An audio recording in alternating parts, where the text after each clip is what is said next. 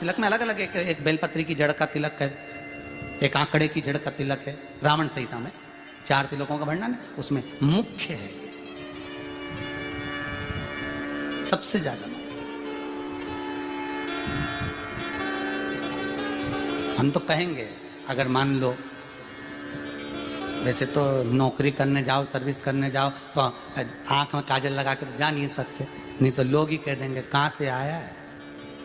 मालूम पड़े तुम नौकरी के लिए इंटरव्यू देने जाओ और आंखों में काजल लगा के चले जाओ, तो फिर भी एक प्रयास करना,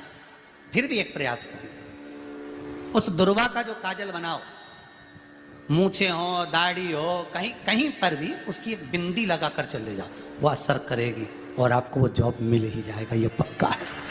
उसमें आकर्षण होता है। दुर्वा आकर्षण का केंद्र करती है। आपको कभी आपके नयनों में दर्द हो रहा, जलन हो रही हो, तो आप दुर्वा, हरी भरी दुर्वा हो, वहां थोड़ी देर चलने का प्रयास करिएगा, आपके नेत्रों का विकार समाप्त हो जाएगा। दुर्वा में वो एक सुख है, वो अमृत छुपा हुआ, और एक बार का अमृत नहीं, 5 बार का अमृत दुर्वा के अंदर।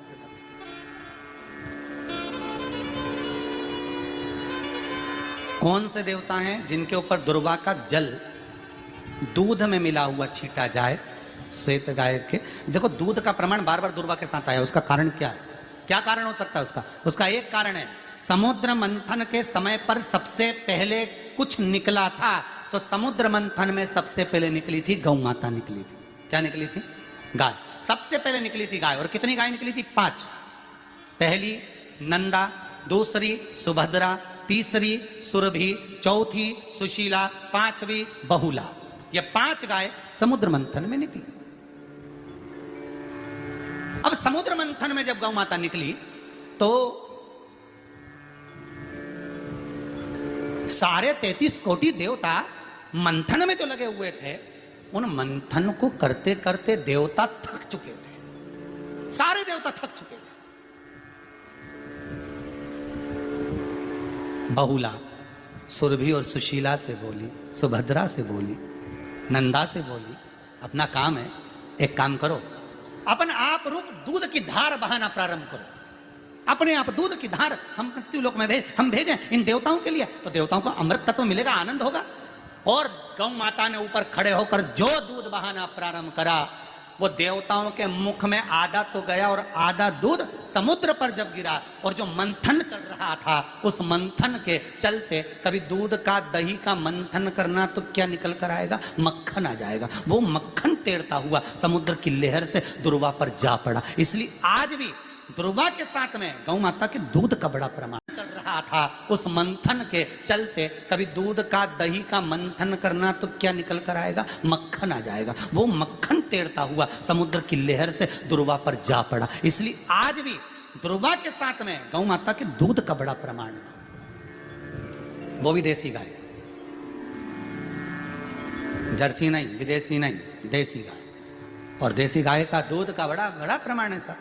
हम कई बार कथाओं में कहते हैं, जैसा खाया अन्न, बोलते जाओ, वैसा हो गया मन।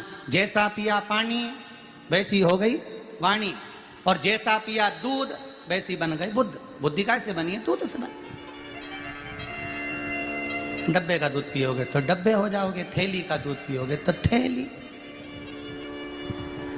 बोतल का दूध पियोगे तो बोतल। तो दूध का बड़ा असर।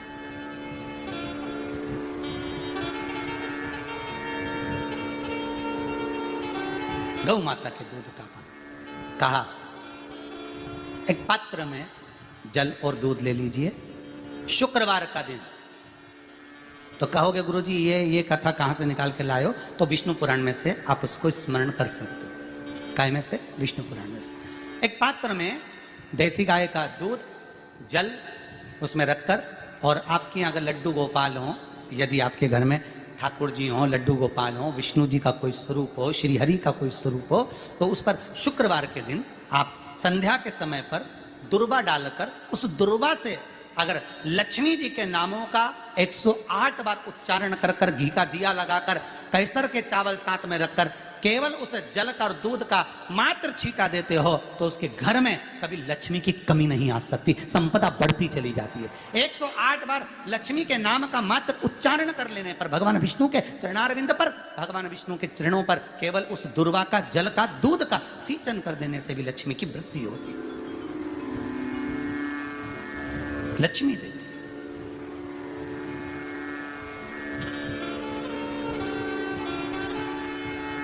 दुर्वा बढ़ती है और दुर्वा का एक बहुत सुंदर गुण है महाराज, बहुत सुंदर गुण है दुर्वा का, जानते हैं उसका कारण यह है कि मान लो हे परमात्मा, हे शंभु, हे गणेश, हे प्रभु नारायण, अगर मान लो मेरा एक रास्ता चलते चलते गांठ पड़ जाए, एक रास्ता मेरा बंद हो जाए, तो वहां से मेरे दूसरे रास्ते खोल देना। इसलिए दुर्वा भगवान को समर्पित करी जाती है। दुर्वा को समर्पित करने का क्रम ही यही है कि मेरे मार्ग खुल जाए, मेरी राह खुल जाए, मेरा मार्ग चारों तरफ खुलता चले। दुर्वा नीचे की ओर चलते चलते मार्ग खोलती चली जाती है।